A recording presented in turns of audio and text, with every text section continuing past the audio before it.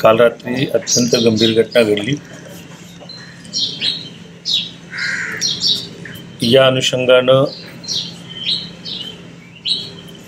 भारतीय दंडविधान कलम 307, 120 ब, 34, 143, 147, 148, 149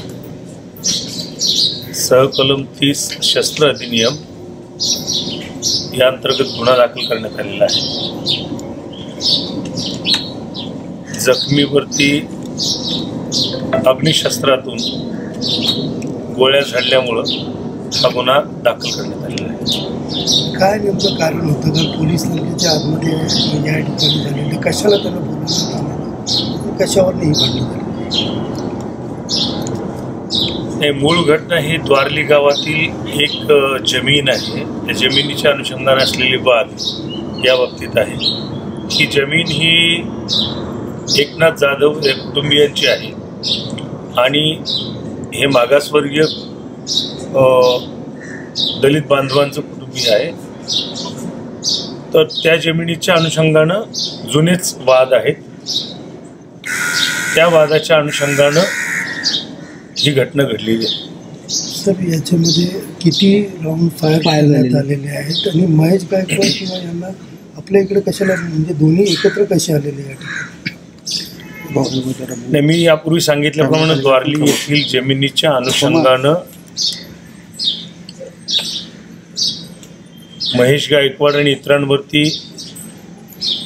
इथं तक्रार आली।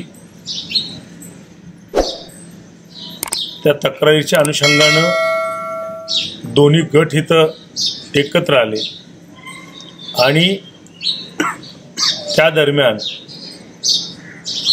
इथं आमदार श्रीयुत गणपत गायकवाड हे सुद्धा आले।